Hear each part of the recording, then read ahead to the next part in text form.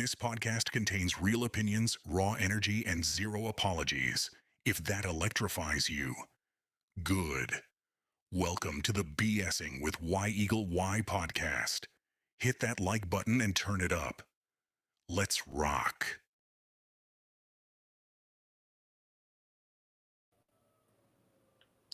Rob here. Welcome to the show. We've got more killer shows coming your way, so lock in these dates. Generation Z and Cognition Band, June 21st, 1 p.m. 3 The Hard Way, June 26th, 5 p.m. Space Casino, July 18th, 7 p.m. Color Me Crazy, July 26th, 5 p.m. And this is Central Standard Time. First off, welcome Touch of Red to the show.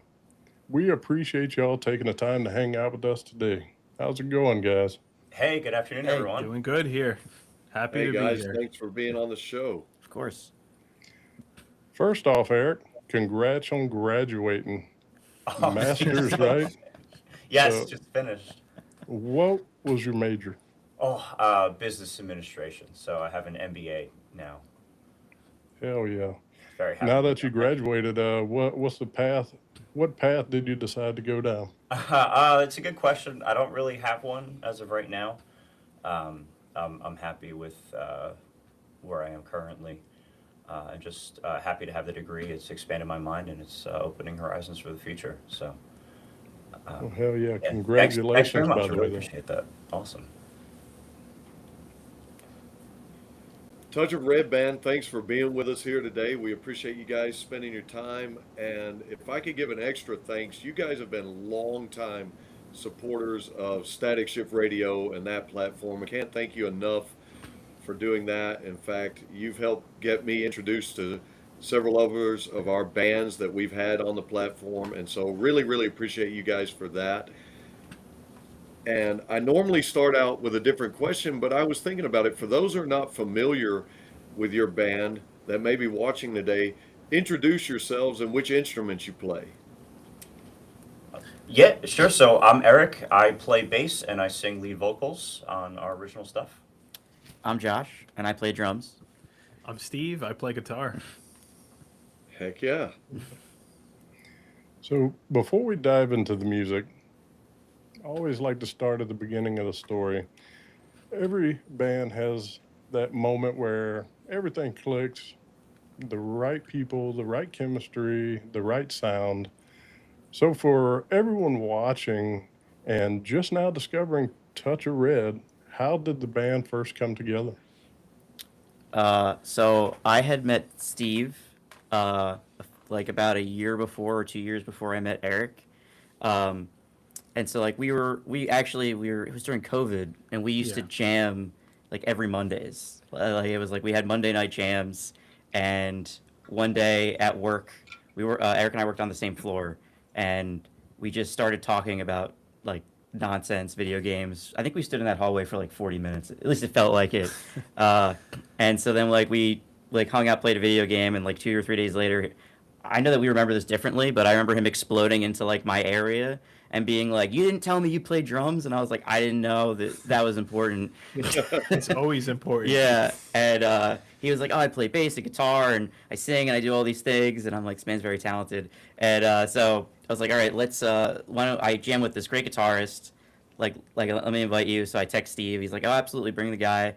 So I think I picked you up, right? So I came here. He's like, "Hey, I want to jam real quick before we go jam again." The So warm-up like, jam. like where we're sitting Yeah. right now, actually. And They pre-gamed before yeah. they came to my place. and what song did we jam? I know you came up with the bass line pretty much. You had it in your Yeah, head. so it's actually what ultimately is track 3 on our record. I had come up with this little ditty maybe a couple weeks before, and I was always thinking like, okay, well, if the jam doesn't go that well, then I'll at least have this and we can like work off of this and like fill the time. Sometimes you get into a jam situation, there's not chemistry, but you still want to have a good time, so you bring in. That was not the issue here, though. Anyway. It was an instant. Like first of all, the bass riff was awesome, but I was like, there was like already like there's something going on. Like I already feel this. We have that rhythm section connection, And I remember being like, we have to go jam again. Like, let's go. We have to Schedule stop. the next jam. Yeah. Monday's coming up. Yeah, we have to run. So we go to Steve's, and like same thing. Like as soon as we start playing, like I was like, oh, there's something here. To the point that like I think we did it like once or twice, and I was like, hey, do you want to make this like a thing? And Eric was like, yeah, this is a lot of fun. And we'll, and it kind of just like went on from there, where I was like, oh, like this is fun to jam, but like we should really like make this like a band Make thing. it official. Yeah, I think it took like 2 months, if that. Yeah, it was pretty quick. From the first time we jammed, we were like, we sound great together. Like, this is fun. We get along. We like each other, and we just wanted to keep jamming. Yeah. Heck yeah. Who came up with the name Touch of Red for your band? How did that come about? So we were coming up with names. I really like the somethings, right? Like I like the Foo Fighters. I like having a the.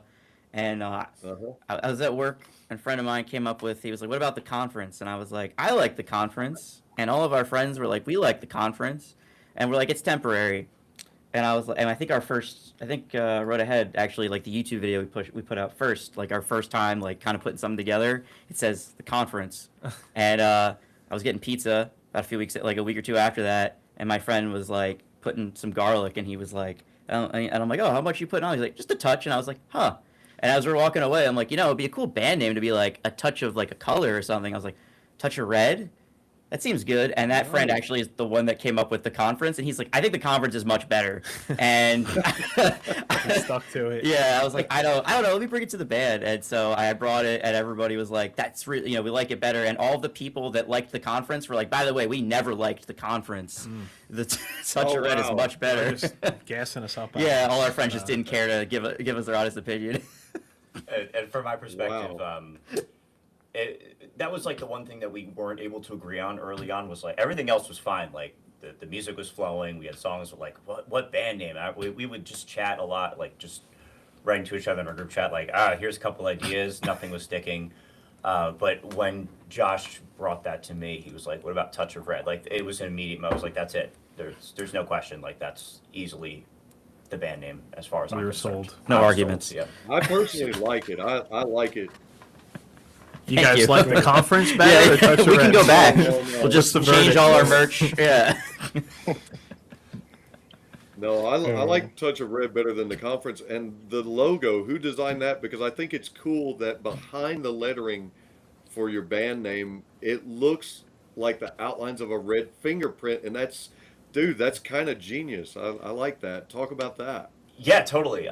So none of us are visually talented, right? That's correct. No, I'm yeah, that's bashing you guys. accurate. I know for me, like I have very rudimentary drawing skills. I don't think of things in terms of like I can think of what I might want to see visually, but audio is where it's at for me. Like that's how I think creatively. So my wife is actually a professional artist, so Okay. that's super helpful, So we brought it to her, like, what do you think? And she did the fingerprint portion. She actually drew that out, I think, with a stylus on a tablet. Like she kind of drew that out. Nice. Made it red, and then this is actually funny too. She put the whole logo together actually, but we couldn't agree on a font. Or not that we couldn't agree, but we had a bunch of different ideas for a font.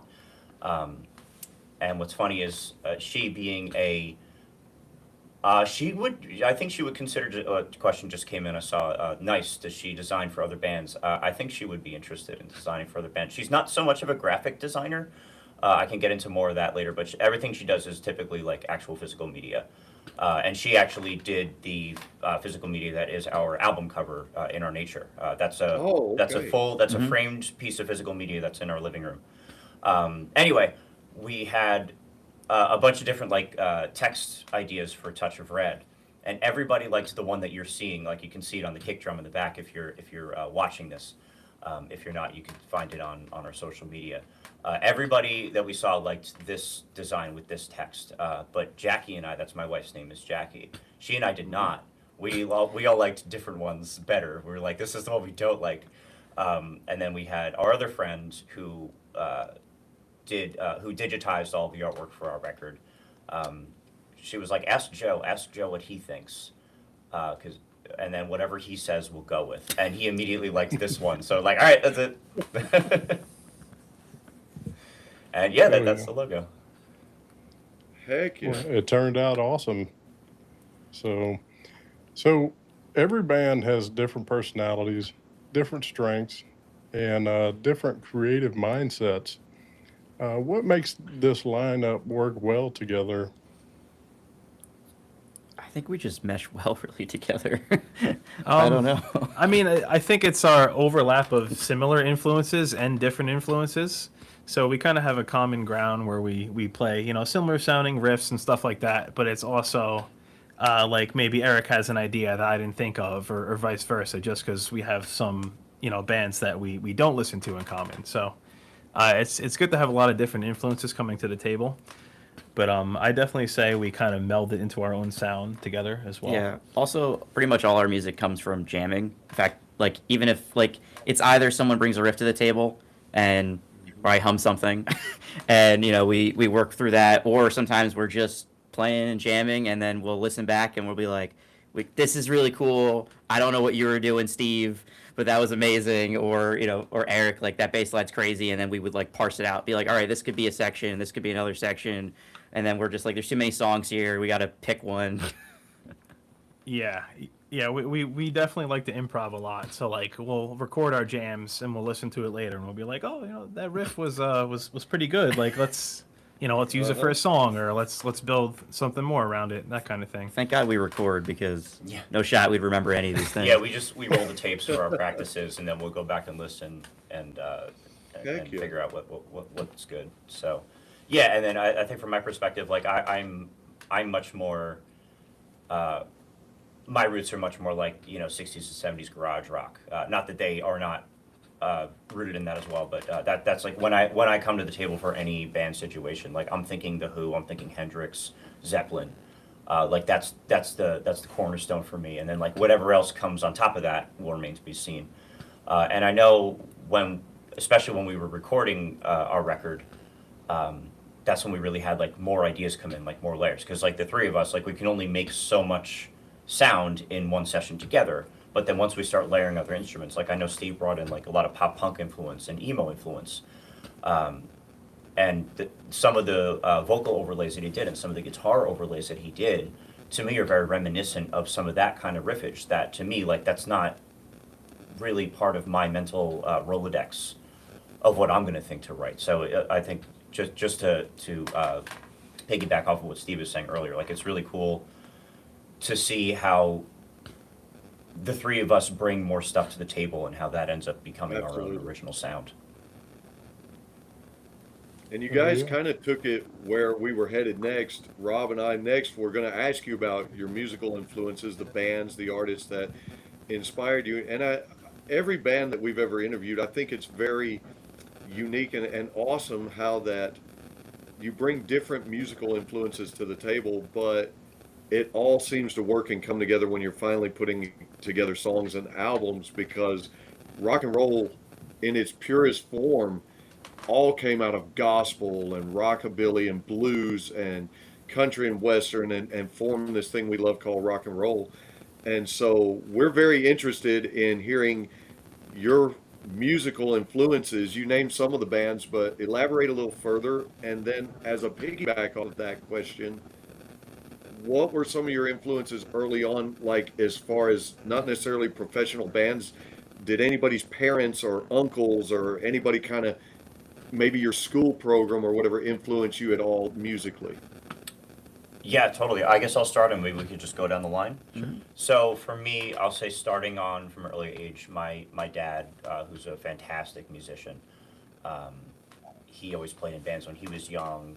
So just from being a little kid, I was always in the house on big speakers. I heard bands like Yes, Genesis, Zeppelin, Heck yeah. Kansas, and they all stick with me. And he would always make it fun. Like he'd always joke around and like air guitar or something. And me being a little kid, I want to do that as well. And little did I realize, like seeds were being planted in my mind for later. And I know when my older brother started to play guitar, who's also a huge influence on me. he was getting really into Yes, and that's when my dad pulled a Rush CD off the shelf. Um, Heck yeah. and seeing all these different bands, like all of a sudden I saw Geddy Lee from Rush. We pulled, this is a little bit before YouTube was a thing, so I think he pulled a video off of LimeWire, and I was, maybe a 9-year-old kid, and it's Rush, and they're playing a song Closer to the Heart live, and I have such a distinct memory of watching this and being like, Dad, I need to play bass and sing right now. This is no more sports. Like, this is what I need to be doing this. And then, yeah, so for me early on, and even still through today, like a lot of the 60s and 70s garage stuff, a lot of Who, Sabbath, Hendrix, Rush, Aerosmith, Zeppelin, Heart, and then going more, yeah, I see LimeWire's, somebody just wrote it, LimeWire. But and then it melded later. I got into a lot of like more like the mid to late '80s rock bands, and even into the '90s. I'm not so much of a grunge guy as much, but Okay. the more like melodic rock from like '60s through '90s, and then even more modern influences as well. I think that's really what drives me musically, but always having that really heavy drum kit sound, so I Heck can yeah. I can play heavy, dirty bass off of that, and then hear those blaring guitars. So my dad's also a musician. Like he played a bunch of instruments. But Nice. yeah, and he played a lot of like Billy Joel, like Oh, okay. yeah, a lot of rock too. Yeah. But I like have distinct memories of like driving in his car. He had like a Saab something, and like the only CD I felt that was ever there was a Billy Joel CD. uh, Okay. so Which a lot. album? Which album was it? I think it was Piano Man. I think it was. I think so. Okay. It's been a while. I can like visualize the cover, but like that's it.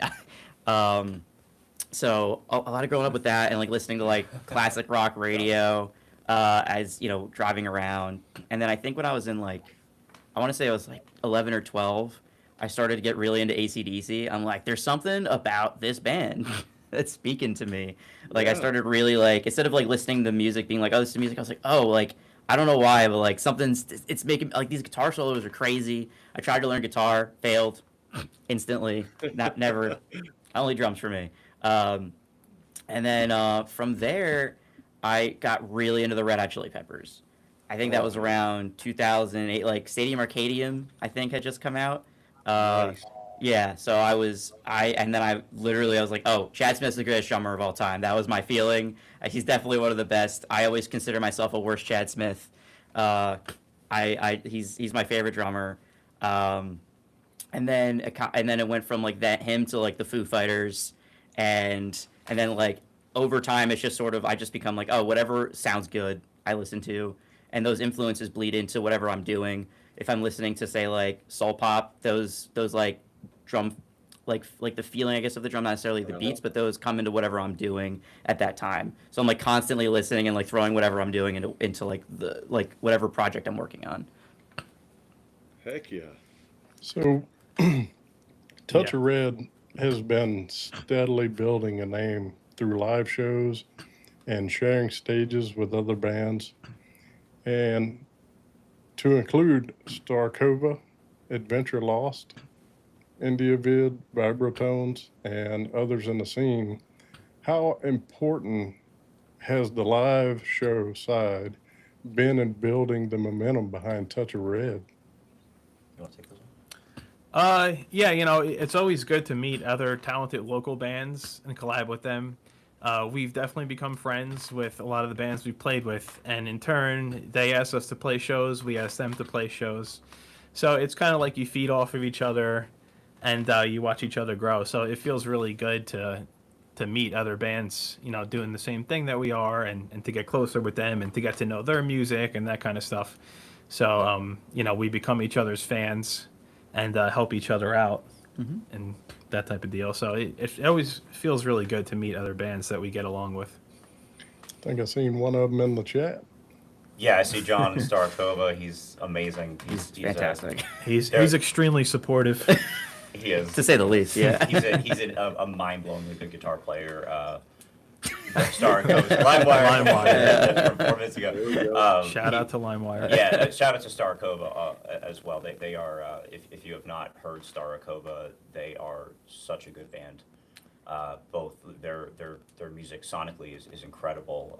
The way they write, and their live performances are like perfect.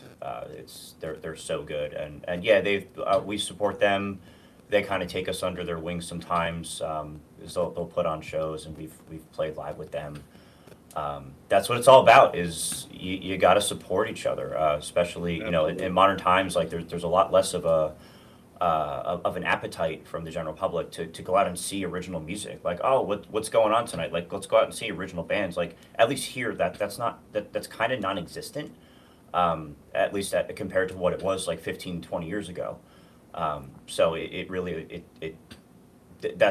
takes the support. Otherwise, it wouldn't work. Eric, I love to hear that because I've said to some of the local acts where I'm at that sometimes you've got to look at the bigger picture of building community within the music community because there was, like you said, 15 years ago, maybe 20 years ago, there was this attitude that when you come to a gig, it's like, oh, well, screw those guys. I understand when you get on stage, you want to kick everybody's butt, but off stage, you can't be upset that someone else is doing what you're doing. You're all trying to share with us an amazing experience through music. So I love hearing that about the support. So that's not necessarily a question. That's just me bragging on the fact you guys have that going on. But that leads into me asking, what's the music scene like in New Jersey? And then going back to our earlier question, Steve, I don't think you got to share your musical influences. I think we got two of the guys. So He thought he was free. kind of I was almost off the hook. Kind of a double-sided question there. Share with us, and then talk about the music scene, the local music scene there in New Jersey, and the community within the bands. Sure. Yeah. So for me, I've also come from a musical family. A lot of my family members on my father's side are musicians. I play in a band with my dad currently, and I also got these guys involved in it as well. So, but yeah, I play in a band with my dad currently. His brother, my uncle, is like a real musician. He's a touring concert pianist. Nice. So he's from Italy. He plays with like famous opera singers and that stuff. So he's the real deal. So I've always had, musicians in the family to look up to and learn from. So like I've always been interested in music, and definitely a wide range of influences band-wise.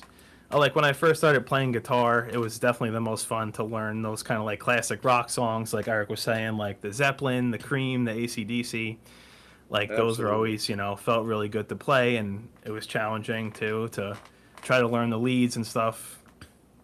But as I got older, I played in more like emo style bands when that got big. Around that time, I guess like 2006, 2009 kind of thing when I was in high school. And my older brother was actually in like a big emo band. They got pretty big in New Jersey, so that was a huge influence as well.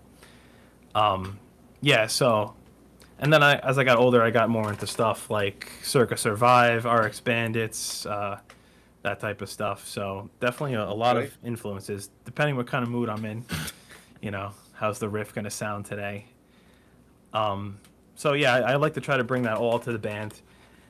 And in terms of the scene, like I said before, it was different years ago. Like that time period I referenced, 2006, 2009, right around then. Like local shows were the thing. Like on a Friday night, you'd be at the mall selling tickets to your band show, selling your albums. Everyone would gather and just hang out. Whereas to now, it's like it's much harder to find places to play original music.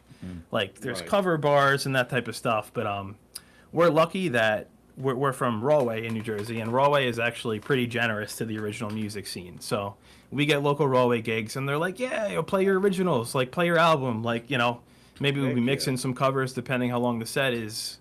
But it's definitely harder in this day and age to find places to play original music. Yeah, like people don't really seek out original music. It's not like, I think it's also just because you can go on Spotify and go just listen to whatever you want. Like if you think about it, 10 years ago or longer, it's like, oh, you had to pay for it, or you know, even further back, it's like, oh, I only have X amount of money for an album. Like I could only have so many albums. So I'm like, oh, there's a band that's hard rock. Let me go see that. But now it's like, oh, I can just do whatever I want.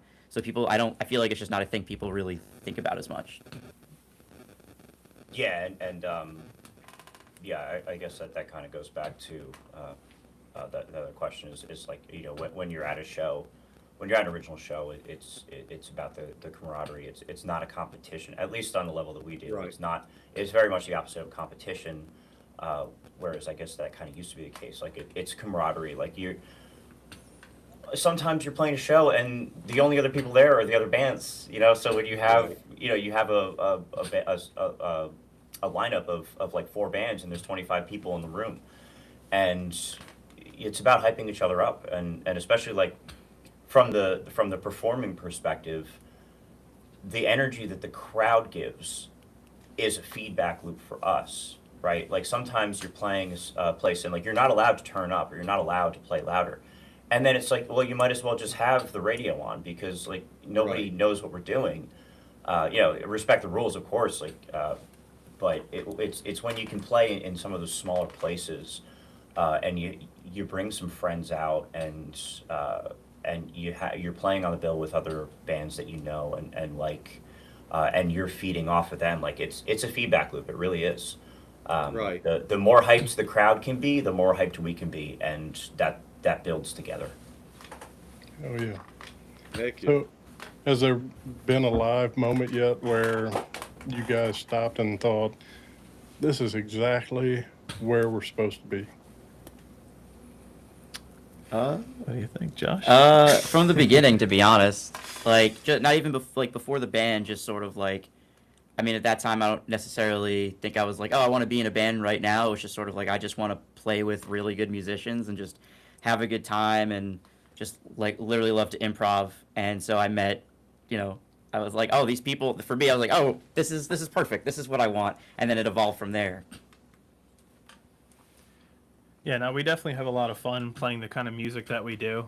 I mean, personally, I've played in a lot of different bands over the years with different styles, and like at the core, like I just want to jam, you know, and these guys like to jam too, so it's fun to just be able to let rip and like play however we feel, play what we feel, and write music that we like because of it. I think it's also like we like hanging out with each other, so like That that's helps. big too. Yeah, I always like to say like we're friends first and band second. Yeah. Yeah. And Oh, yeah. those mix very well together. Yeah, sometimes we're playing. I feel similarly, like even to more directly answer your question, from early on, it was like you know I've also played in a lot of other bands, been with a lot of other situations, but just like the way that especially like just starting from the rhythm section, Josh and um, I really like to play with a drummer that is listening to what's going on around them Mm-hmm. and reacting musically to what's going on around them. And Josh and I, from day one, were always very much in sync with each other's idea for where to go with the jam, and dynamics as well. And then bringing in Steve on top of that, ripping a crazy solo and filling out the sound and fronting that sound as a guitar player. Like a lot of times it's those micro moments during the performance when the crowd's really engaged and when we're really doing our things, when we're in the middle of a song, we're like at the climax point of a song, it's just like, yeah, this feels right. This is supposed to be happening right now. Like this is meant to be happening. Yes. And there can be 5 people in that crowd or there can be 200 people in the crowd. It doesn't, that's almost not even a part of it. It's the energy. It's all about the energy. Well, piggybacking off of what you just said, your Spotify profile opens up with the statement, rock is best played loud and live. And almost every social media post you guys have on any of the social platforms is a clip of you guys playing live somewhere. And I really like that, especially in this generation where now we're seeing the rise of this AI generated music. You guys are giving the people something authentic. And I think it's very important to have authenticity in music today and your live performances. So talk about that.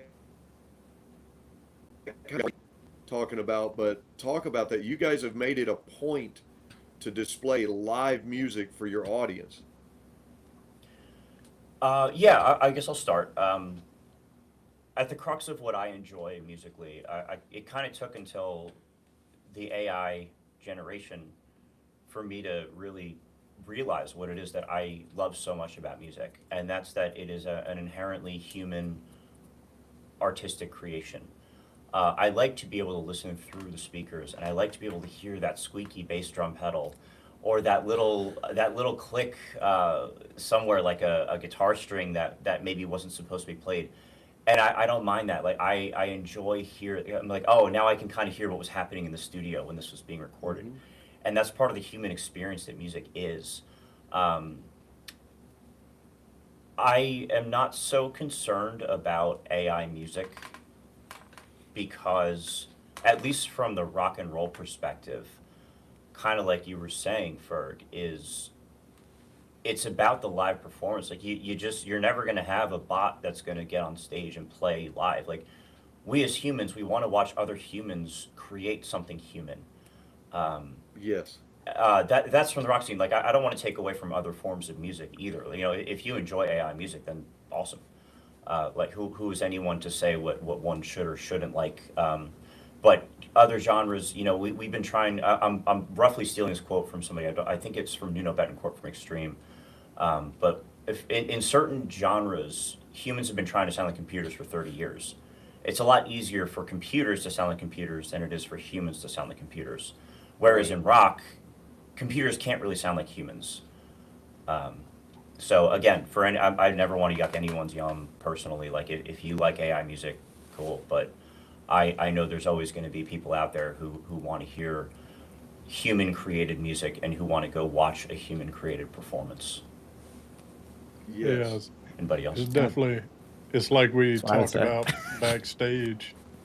As you listen to, say, you guys, for instance, listen to you on Spotify or a station, and then the experience to meet you guys in person, that's a whole nother experience. You know what I'm saying? So it's for your audience, you can't get that with the AI.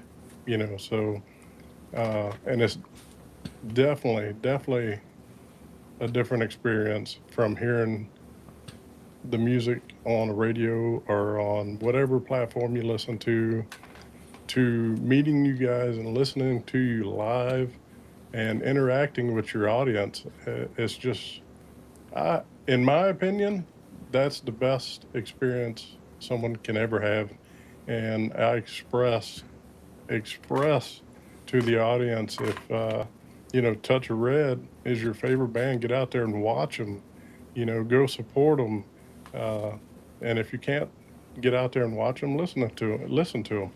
You know. So Mhm. Yeah, no, it's definitely Speaking, all about. Now go ahead. no, no, pick up where he left off. Yeah, I was just gonna talk more about the live experience, and like, I mean, personally, I love to see live music anywhere. Like, if I'm like out at a restaurant and there's a band, I'm like, oh, like this is awesome. You know what I mean? I think it just hits differently than listening to a recording. Even a recording, played by real people, it's still not even as exciting as live music. It's like there's the little happy accidents that happen, and it feels very real. And when you have a person performing that you can kind of look at it, it's like, there's several reasons why we might like an artist besides their music. It's like you Hmm. might just look at someone and you really like their energy, or they seem like they'd be fun to hang out with, that type of thing. Like if you take the human out of that, you miss all those connections. Mhm. absolutely. Well, speaking to all that, you guys have several clips up on social media of this amazing performance you guys did at the Rock Shack. Yes. Man, you guys are ripping and rolling. Talk about that performance and talk about the fan interaction at that performance. I mean, I've seen the clips and man, you guys are getting down. Thank you. Yeah, what's cool is the Rock Shack. Shout out to the Rock Shack. They exist to host original music, give people give bands a place to play their stuff on a full production stage. They're in Somerville, New Jersey, which is not far from us. And that was kind of like our album release show. That was the first time that we were able to play our album in full from start to finish, track 1 through track 10 in order, on a full production Awesome. stage. And we met a few friends there. In my basement was a band that we shared that bill with. I believe they've played for some of your stuff as well. Wow, But that for was sure. such a cool time because it was the album that we had talked about releasing for, I don't know, 2 years. It was like, it's coming, everybody. Just gotta be patient. It's gonna get here. Finally, we released it, and then a month or two later, we were performing at the Rock Shack. And John at the Rock Shack he's an incredible musician. He runs a School of Rock as well. I don't know if you have, I don't know how national that is, but School of Rock is quite like the movie, a place where young fledgling musicians can go and get lessons and practice for the stage. I don't know what existed first, that School of Rock or the movie. That has to be Googled, but there's certainly some cross influence there.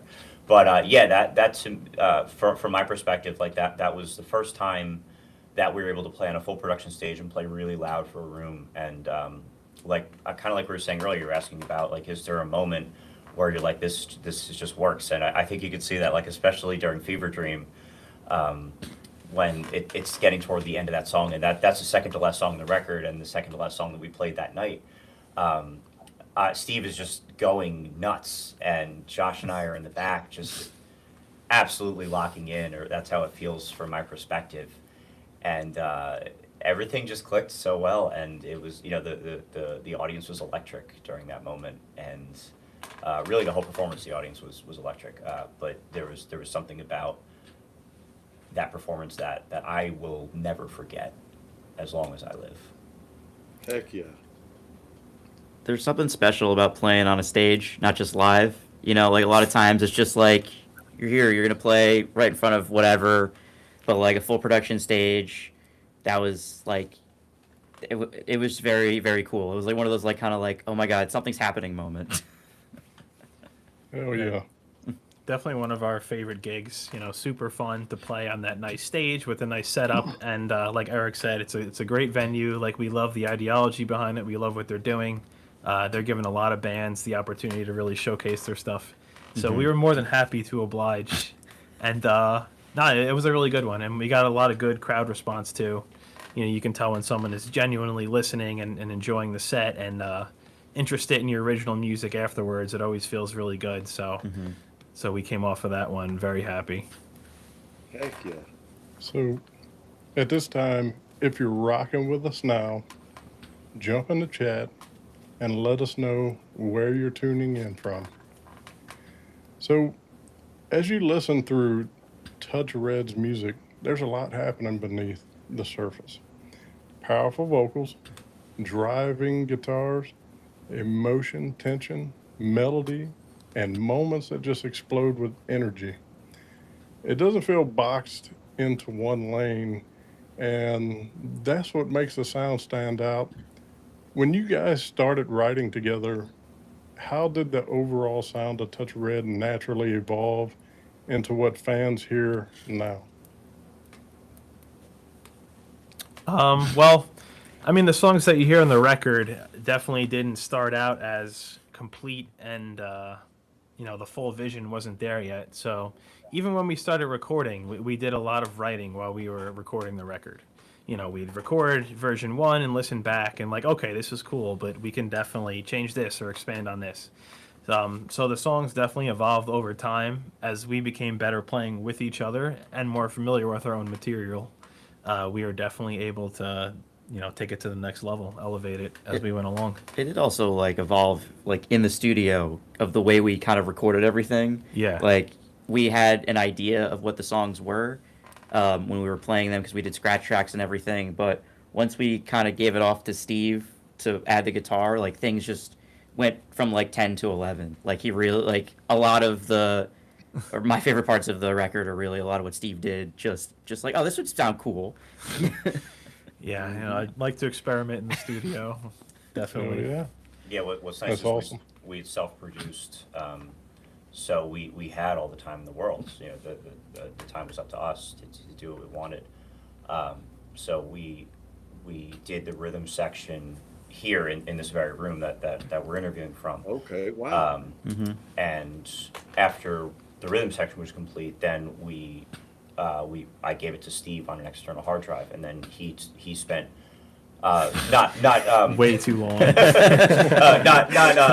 not all together, but over the course of many months, Steve was really able to expand on the guitars and the chord structures for the songs.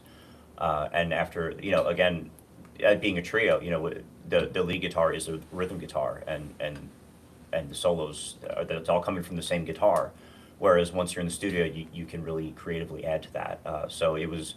I remember when Steve said, "Hey, I think I'm done. Like, come over and take a listen." And I remember sitting in the room, and I'm like, Steve can remember too. I'm like mind blown. This unmixed, this rough record that needed mixing and needed a lot of editing, but like just hearing the guitars and hearing these songs that we knew so well, written and played live for so long, in a way that was only live format, and then suddenly hearing it with all these other guitars on it, it was just like, oh wow, this is something else. And then after Steve was done with it, then we were able to do the same thing. Then it came back in-house here, and we did the vocals. And then that was a similar situation where I did the lead. I did mostly all of the leads, but I had all the time in the world to essentially work through some of the vocals and really listen back and hear back, like, oh, you know what, here's another idea. And then Steve did the same thing with backing vocals. He came over and some leads as well. Like, oh, here's some ideas, and then that's how the record came to be. And I would imagine if you asked a lot of power trios, they would have a similar story. Heck yeah. Well, speaking about the album and the songs, I want to jump in and talk about your babies for a minute. Your babies are the songs and the album, and I'm going to read off some of the notes that I took down when I was doing a review for your band early on. The song "The Road Ahead," that one starts the album great. It reminded me of one of those great cruising down the road driving anthems. I'm reminded a little bit of Thin Lizzy in the vocal style. There's some crushing drums, a face-melting guitar solo, by the way, Steve. Good steady rhythm. You can just pop this one in and drive. And then as we're on our way out, there's this bass outro that's just so Hendrix-like. And man, that song's a solid rocker from start to finish. Let's talk about The Road Ahead. Talk about that one. You want to start?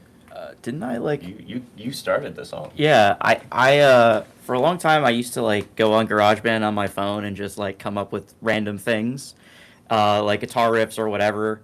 And I kind of brought something, and I was like, guys, I like whatever I wrote here, and they were like, we'll do something with that.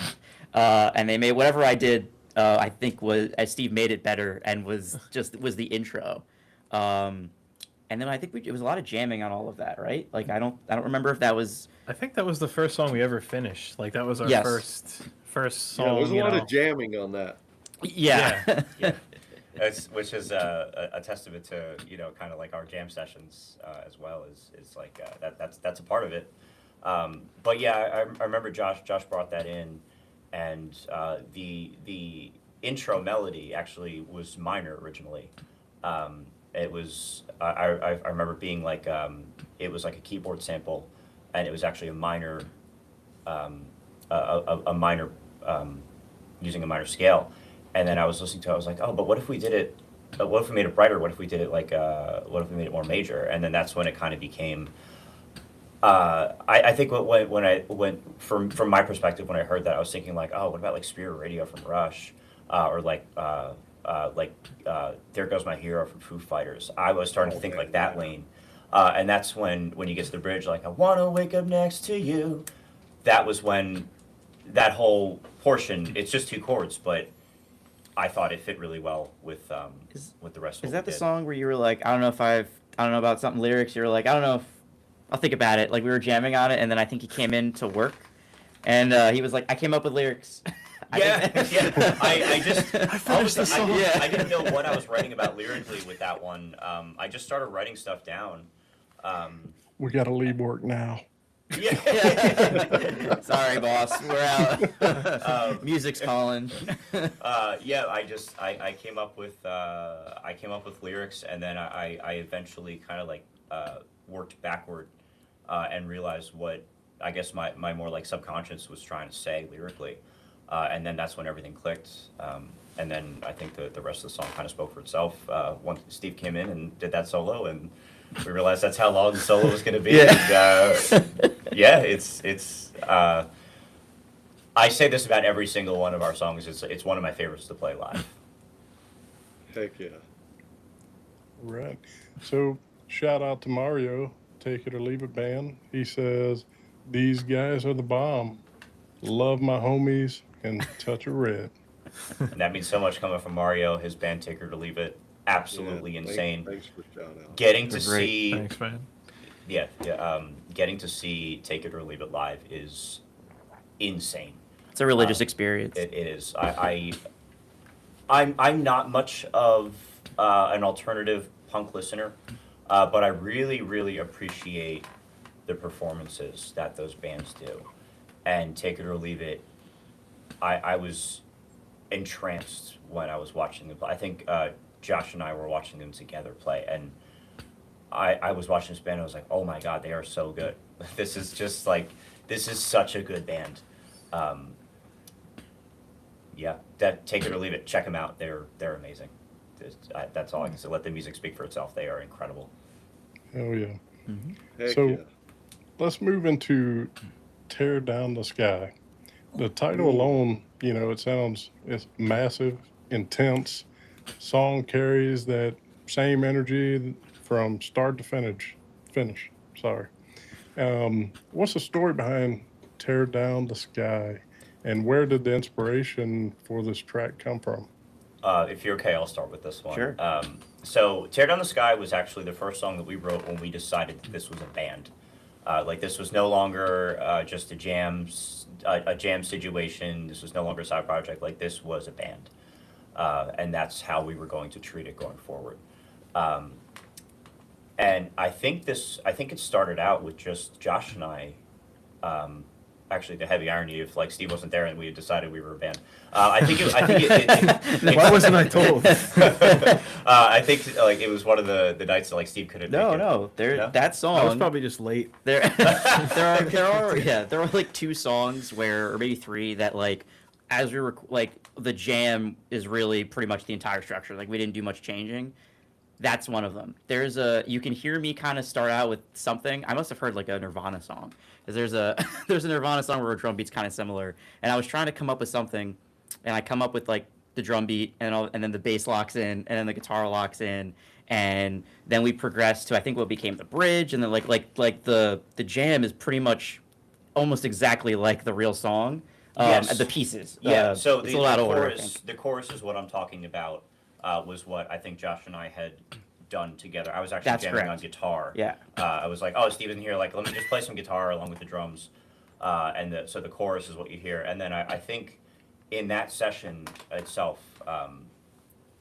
before Steve came in the next week and we then laid out the structure and all that, I just remember playing that, and then I thought like, oh, how cool would it be if like we had, yeah! And then, like, in that process, as we were playing, I was like, Josh, Tear Down the Sky is the working title for this. Whatever this ends up being is the working title. Heck yeah. Well, your song Fire Away, the second track on your album, you guys do something unique. You've heard a lot of rock and roll songs with hand clapping. You guys brought in some finger snapping at around the 344, 345 mark, and it just works with the song. I mean, the song already is fast, great vocals, some great drums, and then you brought that in. I love when bands bring in an extra element that shows the creativity. Talk about that, and whose idea was that? Oh, man. Yeah, I guess it was. I think that Yeah, no, I song, think yeah. so, because so the inspiration actually comes from the band Extreme. This is the second time they're coming up with this interview, Okay. actually. The Oh, song I More love Than Words, Extreme. amazing band. The song More Than Words, which for anybody listening who may not know it, if you go and listen to it, you'll be like, oh, I know this song. It was a huge hit acoustic duo from the 90s, where you hear that it wasn't a snap, but it was guitar strings creating that percussion, that and then there's another Extreme record where they kind of bring back that same kind of idea, with I think it's a song called it's like Give Peace a Chance, something like that. The title come to me later. But they brought that kind of back in at the end, like it's this really heavy, like Hendrixy track, and at the end you hear it come back in. Oh, na, na, na. And I think they still use acoustic guitar for that. But I was thinking, like, how cool would it be if we just had, like, we just stopped the song suddenly and we just hear, Steve and I doing those all those vocal overlays and like with snapping in there, just like a different way to end a song. Like, I think we always tried to avoid doing fade outs because then, like, what do you do live? Mm-hmm. And none of our songs have like actual fade outs, like where a chorus just fades to nothing. So I think we always wanted to try to like end a song in a particular way. And Yeah, we were like, let's just do an a cappella ending. But of course, you needed to keep time. Yeah. So the snapping Uh-huh. really came into play there. And yeah, we liked the way it came out. It didn't always have the a cappella outro, but it was Great a step addition. in the right Yeah. direction. Well, it really works, and so if anybody's listening to the interview, you guys definitely got to check that one out, as well as the whole album. Yeah, absolutely. So, Fever Dream, it has the intense emotional atmosphere, and when you're listening to it, it immediately pulls, people into the song. Tell us a little about the creation of this track, and, was there a particular emotion or experience behind the track? yeah, so I want to start off. I'm going to pass it off to you guys because this song is such a jam, and we wanted to keep it that way. But I'm gonna start off and then push it to them. So how this originally started was Steve has like 1,000 guitars, and especially during that time, like he was always bringing like a different one to practice every week. And I think this one, it was an SG he brought, and it was maybe the strings were old or something, but it was not holding its tuning. So we started to jam. I hit that note that you hear start out. It's a low E, just open string, and then Josh started doing his thing. And then we looked at Steve to be like, all right, what do you got? And he was like, no, I'm tuning. And like, his amp is off. And like, all right, I guess. And that's when on bass, I and so Josh and I did that. And then Steve joined in. And then really chaos ensued. This is really the long and short of it. Yeah. Somewhere in the Touch of Red records, there is the actual recording of that jam, and it is again one of those songs that we did where it's pretty much like the album, like the song actually came out. I don't think we changed anything. Yeah. Really. Yeah, that might have been our jammiest song, honestly. We Okay. it's really fun to play that one live because we kind of get carried away and we really just let it rip. Like especially on guitar, like I can, crank the volume, crank the effects, and just go crazy a little bit. So that's one of our favorites to play, and I feel like it comes out a little bit different every time when we play it live too, which is part of the fun. Mm-hmm. Never the same performance twice. It's But, definitely my favorite. Yeah, and it came out really good on the record. Like we were really pleased with the way the mix came together and everything. So it's we're getting John we're says, getting some feedback Yeah. in the chat realized that you here. have more guitars Yeah. than me. He's upset about We'll it. Yeah. have to do a count off, a tally after the show. I try to think what else. I Yeah, know the the- clock sound. Remember, I was Yeah. like, oh, I thought we should do like a clock ticking. I was like, can you find a sample or something for that? And he's like, we don't do samples in this house. And he's like, you got to figure this out. And I was like, let me think of something. And then I was like, all right, let's record me going from like the bell of the hi-hat, coming back down. And Eric I'm like, yeah, let's just do a couple of takes and just overlay it. And he's like, no, it's going to sound better if you just do it the whole time. I'm like, my brain had to calculate. I'm like, okay. Yeah. I think we actually even let Josh sing on this one too. There's a vocal line. Maybe. He's got Oh, some, yeah. We got some gang vocals. Oh, yeah, at for the sure, end, the my Run the 2 Clock. vocal credits. Those Yeah, are good. Josh is And- featured on vocals. I fought hard for that. I was like, there needs to be gang vocals Yeah, at he this did. one I moment. I was anti-gang vocal for this record, and Josh pushed, and now I realized I fought. that. It came to fisticuffs. Somehow I won. Oh, wow. He made Okay. it Yeah. a record. No, it worked out. It was I had always kind of associated gang vocals with like 80s hair and stuff like, and like AC/DC, and like those are amazing. That's all amazing and incredible. It didn't feel quite like what we were doing. Right. But then once we started, it was like, all right, like let me look into how to record them and stuff like that. And then once I realized, like I was like, okay, Josh was totally right. Like this is the way to go. So yeah, there's a couple of gang vocals. I think just on Fever Dream. Oh, and No Dice I think has some I'm not gang on that. vocals. Yeah, oh, maybe not. Fever Dream, Touch of Red. Those tracks both have gang vocals. But what's cool about the lyrics for Fever Dream, the night after we jammed on that song, we played in this basement, the one that we're interviewing from, and it was so stuck in my head. Everything we did, it was probably a Thursday night, and we played, and then we finished at 10 p.m. and I was in bed by like 12 or whatever, and it was just in my head, and I could not sleep. And suddenly, there's 3 or 4 verses in that song. Those all came to me within about 5 to 10 minutes. I had all the lyrics for the song. Well, not all the lyrics for the song. Yeah. Because then Josh had come up with the intro that Steve sings.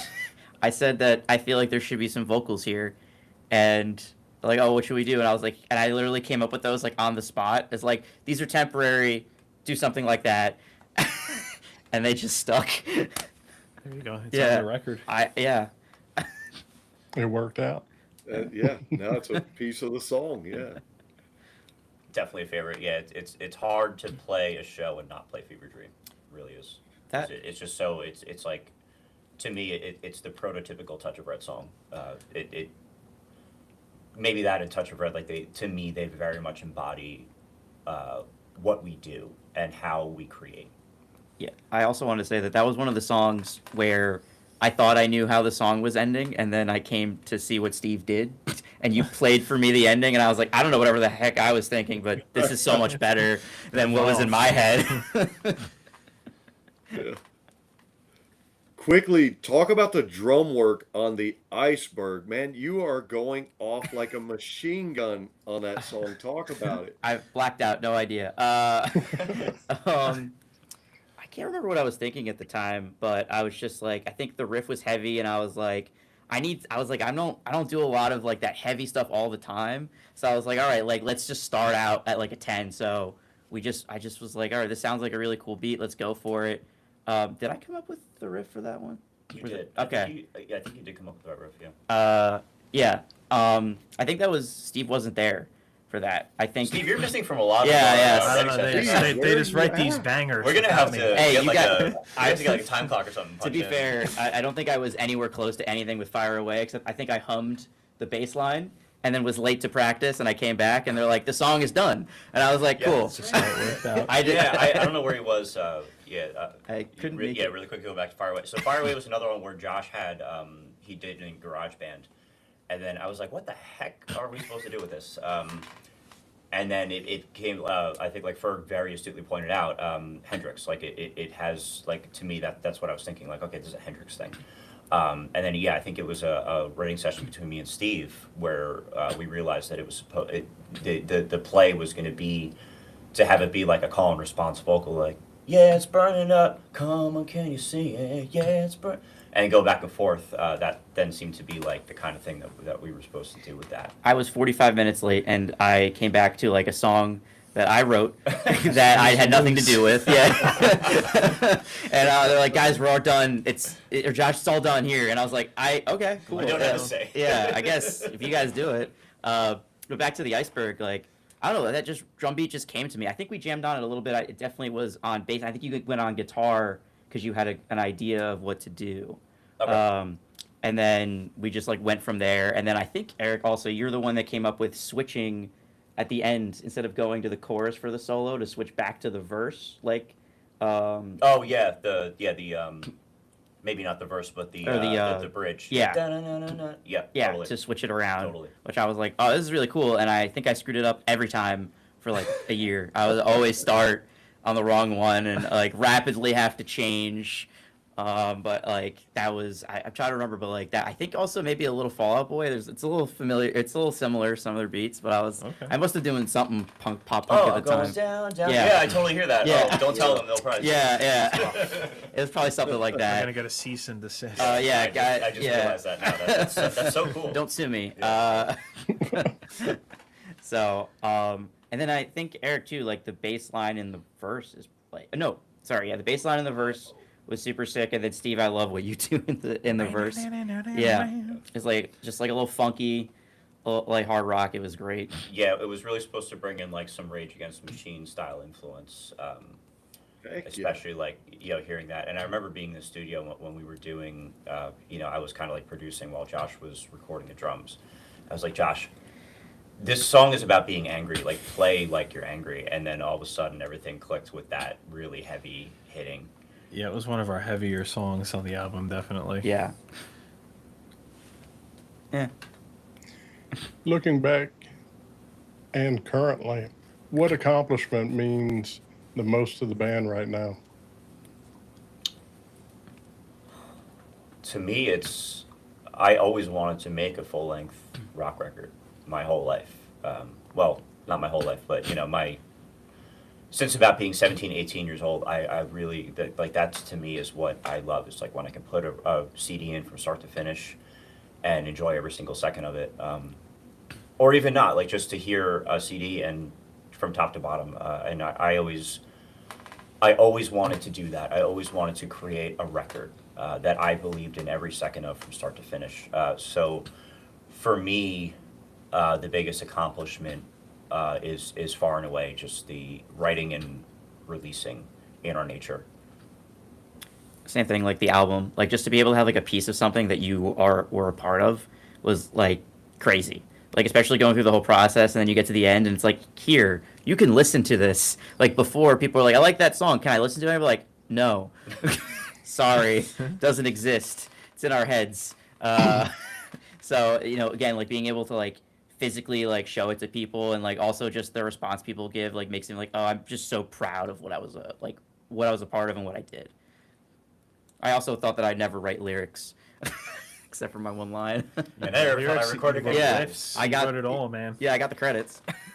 Yeah, I think I'm on the same page. We're really proud of the way the album came out, and of course, like we mentioned before, it was a long time coming, and it was totally self-produced, so that feels good too.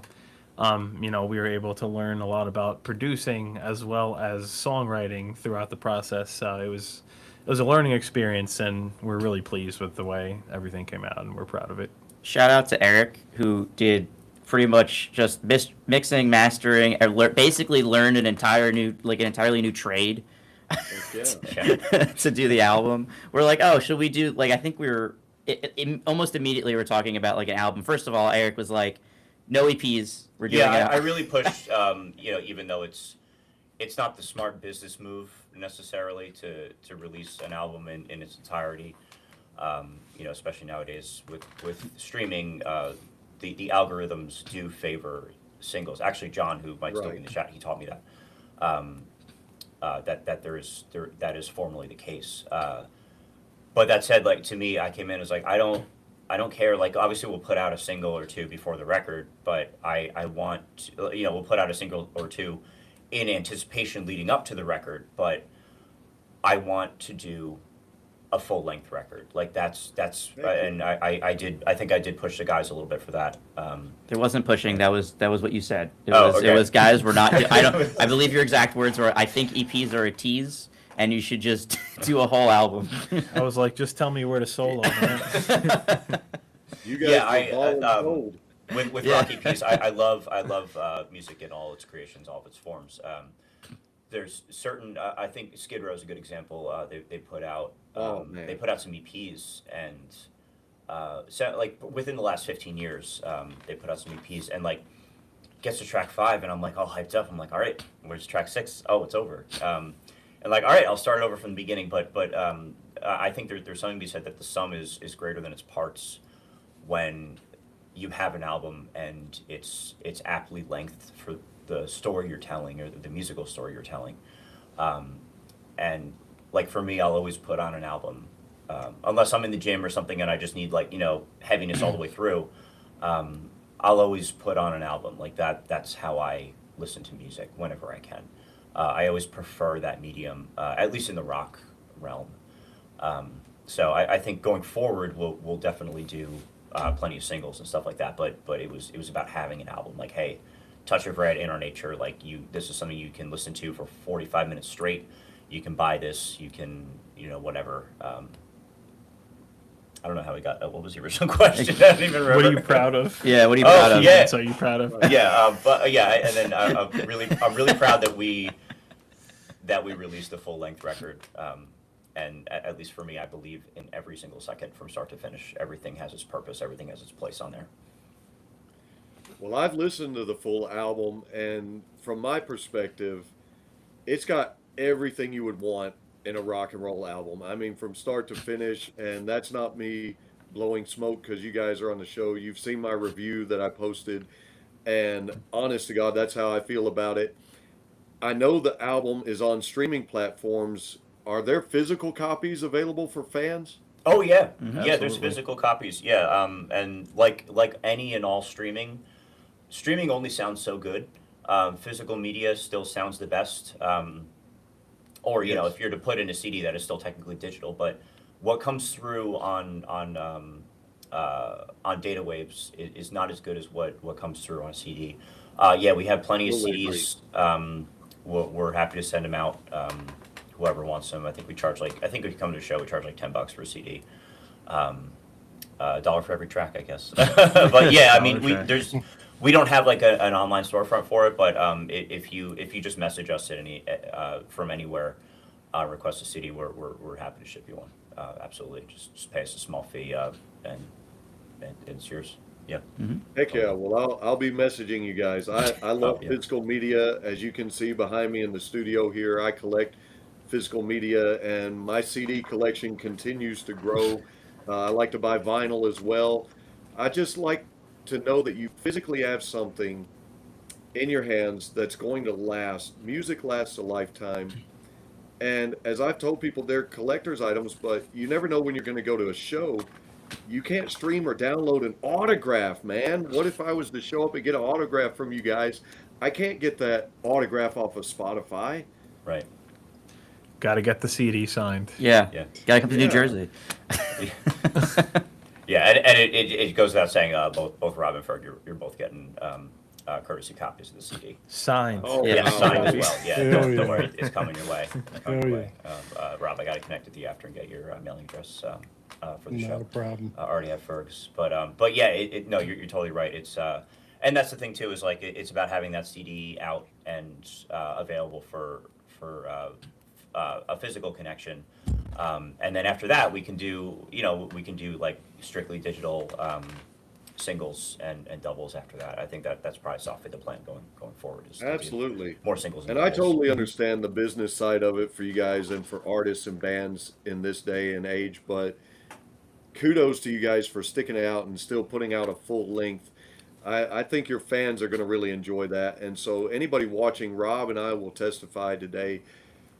Go listen to this album, In Our Nature. If you are a fan of rock and roll music in any form or genre, this is an album to listen to. So, guys, I have to ask, what's been the toughest part of building an independent rock band today? And, what keeps y'all pushing through like difficult parts of the industry? I mean, what keeps us like going through it is just like we're having a good time. We're having fun. We don't, we're friends first, like Eric said. And if we weren't having a good time, we wouldn't be doing this. It's how do I put this? It's like we're trying to make it as a band. We're trying to do that, but again, like it's not the end all be all for us. We have to understand where we are, and for us, it's like if we're not having a good time, we're not gonna put in all this effort. Yeah, I think we've had a lot of good opportunities. We've had a lot of fun shows, a lot of time to make our music together, and some of the struggles in this day and age, rock and roll is not exactly the forefront on up and coming generations' minds. It's not the biggest genre anymore, but we still enjoy to play it, and there's plenty of people out there who still enjoy to listen to it. So it's the recognition is not as widespread in 2026, and also like we were talking before about finding a place to play your original music is sometimes a struggle too. So sometimes we'll go longer than we would like between opportunities to play our stuff out. But when we do, we have a lot of fun, and we definitely jam on our own time in between then. So we get to scratch the itch in that way. Are y'all currently working on some new material? Yeah, Yeah. we've been jamming. We've been writing. Yeah. Yeah, I think we have we have a lot of stuff to pull from, but I think like over the last few weeks, I think there's like 3 distinct works that we have that we're really, really excited about. That need more time to be fleshed out and all that. But yeah, it's cool too because now with In Our Nature in the rear view, we get to really understand. We get to listen back and hear that identity that we have, and then build off of that. Like what's next? Like what can we do that's even better? How can we continue to push those creative boundaries of ours? And so far, things are sounding pretty cool. So it'll be fun to share that with you all when it's finally ready. Well, now that you're done, now that you have Yeah, your now that I'm MBA. not in business school Yeah. anymore. More time to do that. Oh yeah, we look forward to it. And Absolutely. we're getting to an hour and 11 minutes. So I have a closing question for you guys. At the end of the day, when people hear the name Touch of Red, years from now, what do you hope the band is remembered for? Guitar solos, just all the guitar solos, just Steve. I don't. That's not my answer. I don't know. I think actually Ferg did it, and a few other people wrote in to us. For me, there's so many bands that have put out albums that have touched me so deeply that I just need to rant about how great I think they are, and when I see other people talk about music that they love in the same way, it's really inspiring to hear. And I think when Ferg first reviewed us, he wrote like a really nice stream of conscience to us just about how much he liked what he heard, and to me that's the legacy, like that stays with him forever. We also had quite a few people write in, listen to us on Spotify and write us like, hey, when are you going to be in Pittsburgh? Hey, when are you performing in LA next? I love your record. I just heard it. Like, I really, really, really want to see this live, like locally. And I mean, maybe someday we'll see. But yeah, I think it's to me, I want to be remembered. I want Touch of Red to be remembered for that band that wrote stuff that really kicks tail in the studio, and is even better live. Is even better for the live experience. And when we are able to capture those sounds live, and when we really click with fans, I think we want to be remembered. I want us to be remembered for that. That's my answer too. Good answer. Yeah, I think you had a really good. See, we're all in sync. Yeah. That's it. I could tell you definitely word of mouth, because Ferg reached out to me and was like, dude, you got to listen to this band. He's like, pull them up, listen to them, check them out, let's get them on the show. I was like, all right. Yes. So yeah, thank you both so I was much. like, hell yeah. So props to Ferg, and definitely thank you guys for coming on the show. Absolutely. Thank you so much. It's Absolutely our great pleasure. conversation. So No, we appreciate you guys having us here. This has been a cool experience. And once again, Ferg, thank you for your glowing review. That was that made me really happy to watch your feedback on our album. Well, it was a pleasure of mine, and You know, that's what I told you guys before we came on the show. It's been my mission to try to be the voice that drives people to the music that inspires me in the hopes that they find the music that inspires them. Because every album you've ever listened to, you guys mentioned AC/DC, Led Zeppelin, whatever, somebody along the way told you, hey, you got to listen to these guys, you got to check them out. And so when I discovered your music, it was totally a pleasure of mine to do the review because that's my mission is to tell other people, hey, you gotta listen to these guys. And it's as simple as that because there's so many bands that unless somebody taps you on the shoulder, pulls you aside, calls you, emails you, whatever form of communication, if someone doesn't say to somebody, hey, check this band, hey, listen to this song, chances are it's going to slip right by them. And so I just want to be that voice. Amazing. Absolutely. Appreciate that. Yeah. You are the goat. Thank you. Both of you are the goats. Thank you so much for doing what you do and giving bands like us a chance to talk and share our message for the world. Absolutely. And for those of you that are tuning in, especially any bands, you know, I currently am working on putting more dates out, you know, so if you pull up the form and you're filling out the registration or trying to, you know, it's currently uh, closed at the minute or at the moment, but I'll soon have some more dates because I could tell you in the last week, every date was taken for the next 2 months. So um, I'm going to have some new dates coming out. So y'all look forward. And same for you guys. If you have some friends that just want to get their exposure, you know, I'll be putting some new dates out. They can fill it out and we'll get them scheduled in. Totally. So, Touch of Red, thank y'all for hanging with us today. We appreciate the stories, the energy, and real conversation. Everybody watching, make sure you go stream the music. Support Yes. the band. Stay locked in because these guys are continuing to push hard in the rock scene. This has been another episode of BSing with Y Eagle Y podcast. This is Rob. We'll catch you on the next one.